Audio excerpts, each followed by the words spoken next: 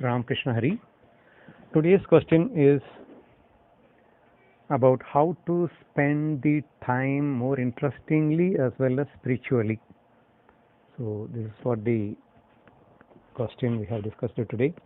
And most of the people, what you told, the same thing, only I am going to conclude now. The three major important points. The one is learn, teach, experience. These are the three major mantra words you all told it together. Yes, let me give an example. You can learn anything. Just for an example, learn yoga, do yoga or experience yoga, teach yoga. So if we are able to spend in this way, automatically all of our time will be fruitfully utilized. So it is not necessary that you should learn only yoga. So whatever naturally comes to you, that innate nature, we used to say that Swadharma in Gita, Kannan used to say that you have to follow your Swadharma. So whichever which comes naturally to you, that you select. But you are selecting it for what? For your benefit, and not only for your benefit, you can teach others for others' benefit also. So this is the way one can spend the time. So this is what most of the people have suggested, and I also wanted to insist the same thing. Another important thing here considered to be is how to do it.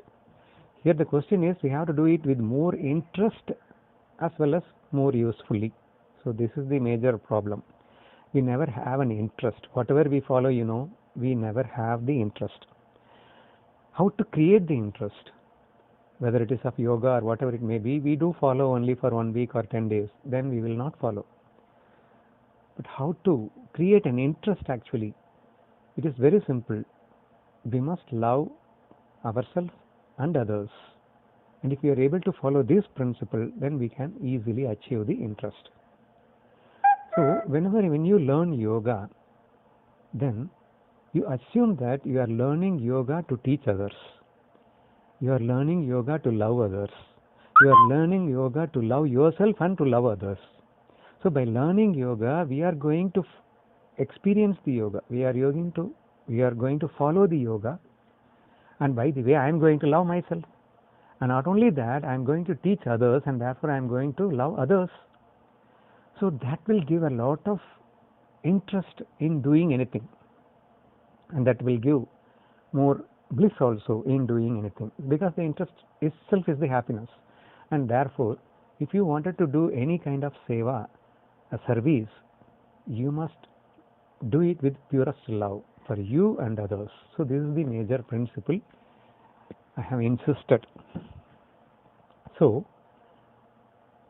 when you learn yoga, you have to feel that how should I teach it to others?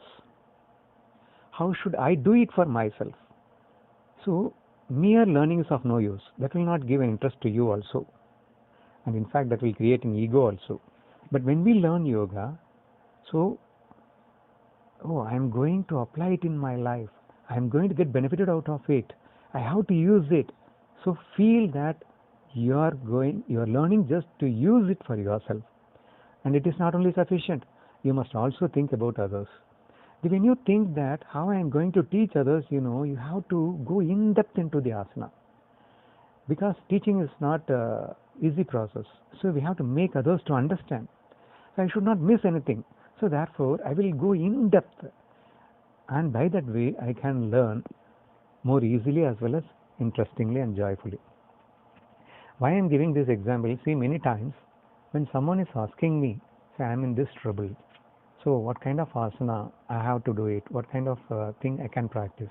The moment they say it, my learning process will go in ultra speed, express speed. The reason being that the love for them, that gives me that push and power to learn more and to discuss with many experts and to learn myself more. So all this comes just by the power of love. That is why I keep on insisting that instead of learning for ourselves, we should try to learn for others.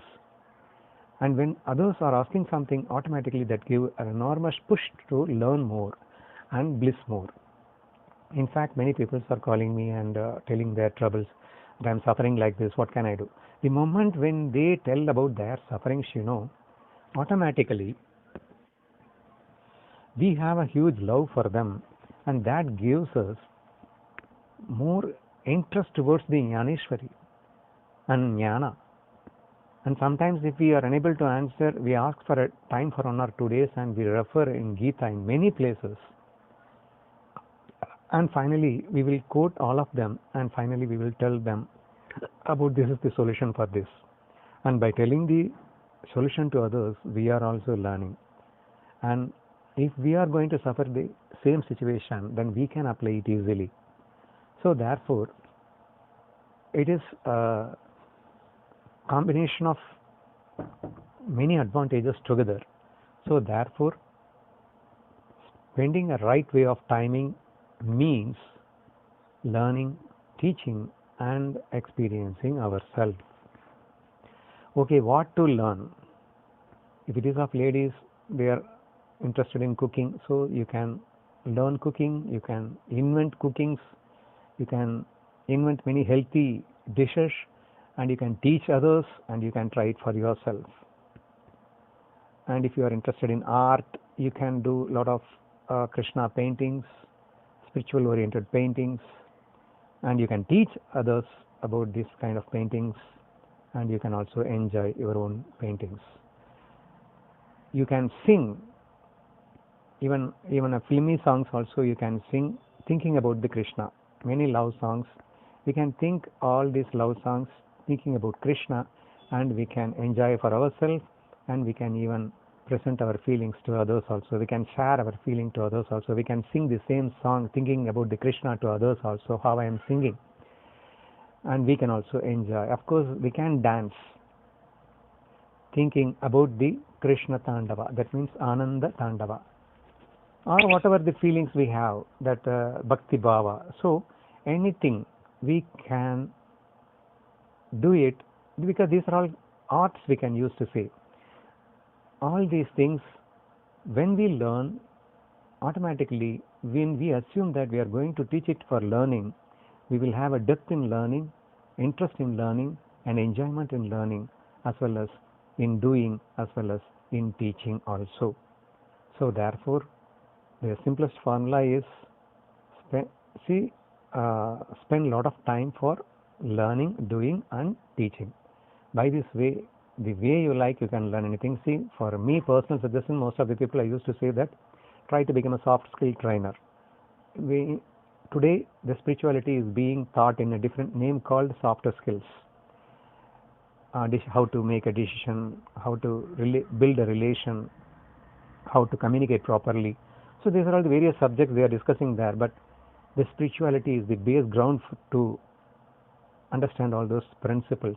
So therefore, understand the spiritual background, and of course you can present it in the concerns like companies or wherever you want. You can take the soft skills, but for that you have to learn, and not only you learn, you have to apply it in your life, and of course you start teaching to others. So this is the way one must do the karma yoga. And if the karma yoga, the Krishna is telling that the easiest path when compared to the other paths, and he is strongly recommending that even though all the yogas are one, but as it is easy, I feel it is best also. So in somewhere Krishna is telling like this. Therefore, let us all together follow this karma yoga, and this can be very easily implemented in life more joyfully, and as